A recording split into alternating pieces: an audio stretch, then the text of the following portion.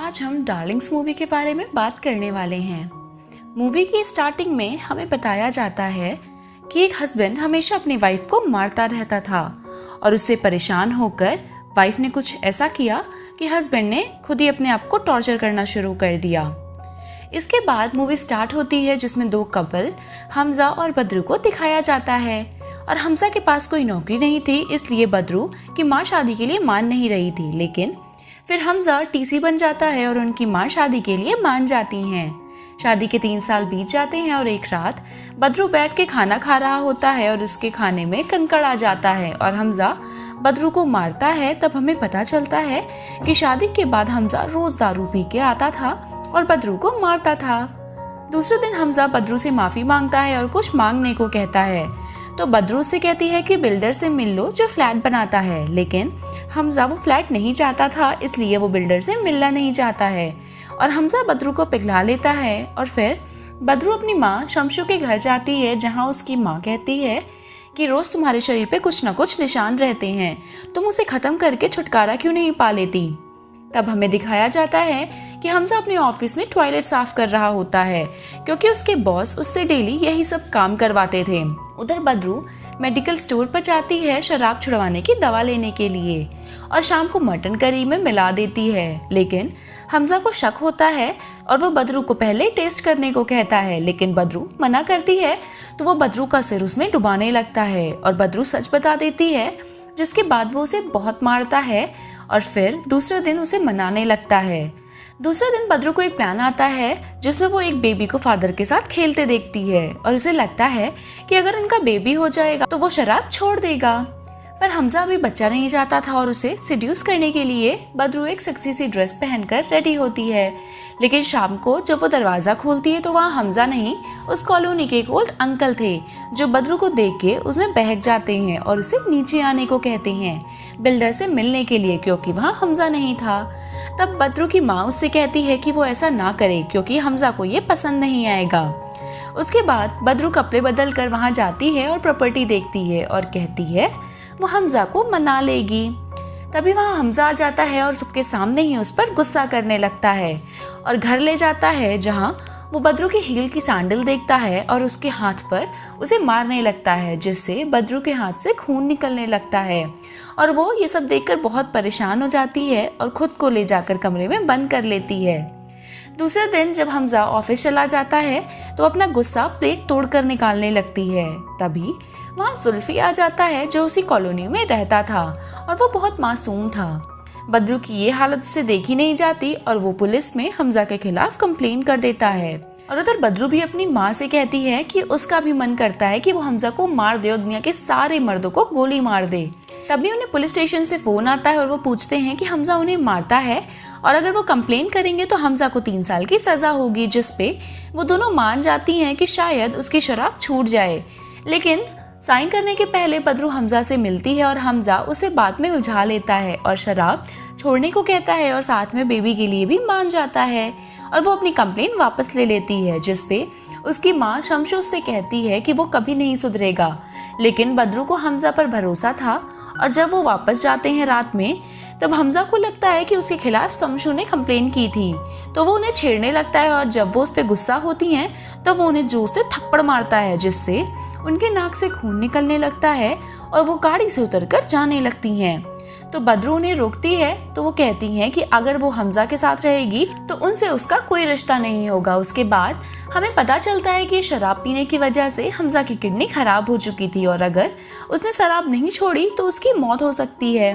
उधर बद्रू उसे बताती है कि वो माँ बनने वाली है, जिससे वो बहुत खुश होता है और हम देखते हैं कि शमशू बद्रू से बात तक नहीं करती थी और शमशू ने जुल्फी के साथ केटरिंग का बिजनेस चालू किया था। उसके बाद बद्रू हमजा के साथ शमशू के पास आती है और उसे बताती है कि वो माँ बनने वाली है, जिससे वो बहुत खुश होती है और उसे माफ कर देती है। और इसी तरह 3 महीने खुशी खुशी बीत जाते हैं।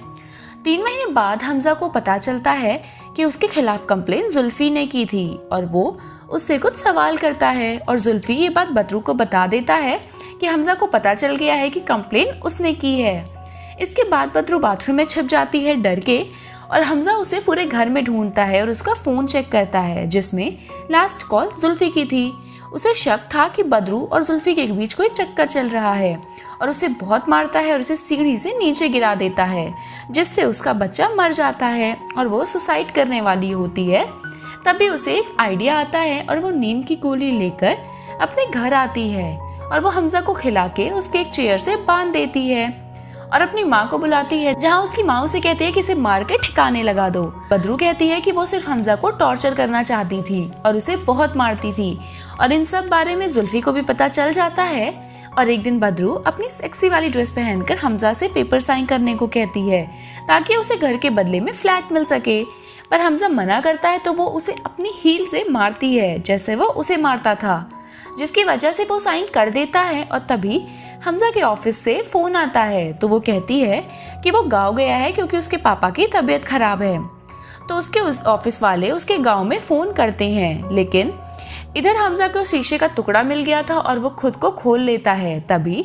वहाँ शमशू उसे आके बेहोश कर देती है और अब वो सब हर टाइम उसे नींद की गोली तो नहीं दे सकते थे, तो इसलिए शमशू नशे की गोलियां मंगवा के उसे देती है जिससे वो अनकॉन्शियस रहता था, मतलब ना कि पूरे होश में और ना ही पूरी तरीके से बेहोश। कुछ दिन बाद हमजा के सर दामले वहां आते हैं और उसके बारे में पूछते हैं तो वो लोग उसे नशे की डबल डोज देकर रूम में लिटा देते हैं और दामले से कहते हैं कि वो गाँव गया है क्योंकि उसके पापा की डेथ हो चुकी है। तो दामले कहते हैं कि उसने उसके गांव में फोन किया था और पता चला कि उसके फादर बहुत साल पहले ही मर चुके हैं, तो वो कहता है कि उसे सच बता दिया जाए। तो वो उन्हें रूम में ले जाते हैं और उसे लगता है कि हमजा के दारू ज्यादा पीने की वजह से उसकी ऐसी हालत हो गई है और उसने अपनी वाइफ से झूठ बोलने को कहा था, जिसमें वो दोनों भी हाँ में हाँ मिला देती हैं।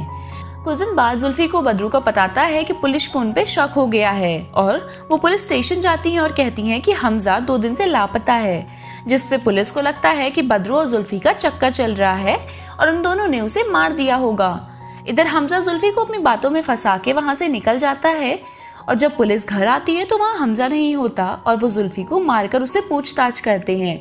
जिसपे वो कहता है कि बदरू से नहीं वो शमशू से प्यार करता है और सब वहाँ पर शॉक हो जाते हैं। और जब पुलिस वहां से जाती है तो जुल्फी कहता है कि वो पुलिस को सब सच बता देगा और इसलिए